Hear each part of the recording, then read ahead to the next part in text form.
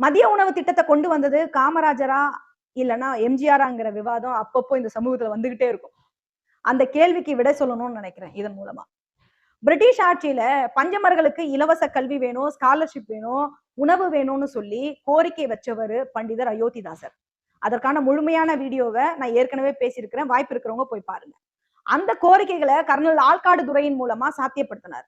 அதுவே பின்னால என்ன ஆகுதுன்னா, இந்தியர்களே தங்களை ஆட்சி செய்துக்கலாம்னு சட்டம் வந்ததால, நீதி கட்சி அதிகாரத்துக்கு வருது.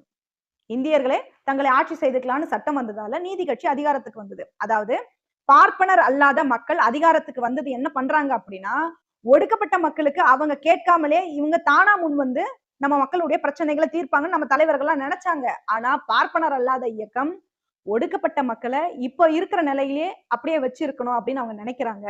இப்படி இப்படி இவங்க நடந்துக்கிறது வந்து தேசிய அவமானமா அப்படின்னு எல்சி குருசாமி அவர்கள் சொல்லியிருக்காரு. யார? நீதி கட்சியை பார்த்து. அவர் சொன்னது நீதி கட்சிக்கு மட்டுமல்ல, இன்னைக்கு இந்த கால திராவிட கட்சிகளுக்கும் பொருந்தும். அதிகாரத்தை தன் கையில வச்சுக்கிட்டு இந்த மக்களுக்கு ஒண்ணுமே பண்ணலையே.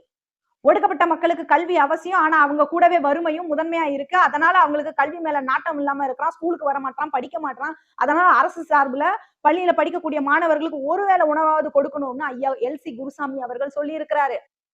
மார்ச் 2 1923 மதராஸ் மாகாண சட்டமன்றத்துல குரல் கொடுத்திருக்கிறாரு. அந்த திட்டம் தான் நடைமுறைக்கு வந்திருக்கு.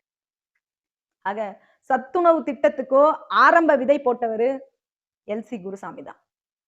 காமராஜரும் எம்ஜிஆரும் ஏற்கனவே இருக்கக்கூடிய இந்த திட்டத்தை, இந்த சத்துணவு திட்டத்தை செம்மைப்படுத்துற அதை நடைமுறைப்படுத்தினாங்களே ஒழிய என்னமோ இவங்களோட சுய அறிவுல உதிச்ச திட்டம்லாம் ஒண்ணும் கிடையாது. நம்ம தலைவர்கள் கொண்டு வந்தது இவங்க நடைமுறைப்படுத்தி பேரு வாங்கினாங்க. இதுல இன்னொரு விஷயம் இருக்கு, கவனிச்சிங்களான்னு தெரியல.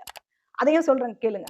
நீதி கட்சி ஆட்சியில நம்முடைய மக்களுக்கு ஒரு பிரச்சனை வந்ததும் தைரியமா கேள்வி எழுப்பி நம்முடைய நலனுக்காக குரல் கொடுத்திருக்கிறார் ஐயா எல்சி குருசாமி. ஆனா இன்னைக்கு நம்முடைய பணத்தை திருப்பி அனுப்புறாங்க. வேங்கை வயல்ல அநீதி நடந்திருக்கு. ஆணவ படுகொலைகள் தொடர்ந்து அரங்கேறுது. தமிழ்நாடு முழுக்க தீண்டாமை வன்கொடுமைகள் நடக்குது. ஆனா கூட்டணியில இருக்கிறவங்க மனசு கஷ்டப்படக்கூடாதுன்னு தான் தலித் அமைப்புகள் அமைதியா இருக்கிறாங்க. வேடிக்கை பார்க்கறாங்க, கண்டுக்க மாட்டேன்றாங்க. ஆட்சியாளருக்கு எதிராக குரல் கூட கொடுக்க மாட்டாங்க. இதுதான் அந்த கால தலைவர்களுக்கும் இந்த கால தலைவர்களுக்கும் உள்ள வேறுபாடா நான் புரிஞ்சுக்கிறேன்.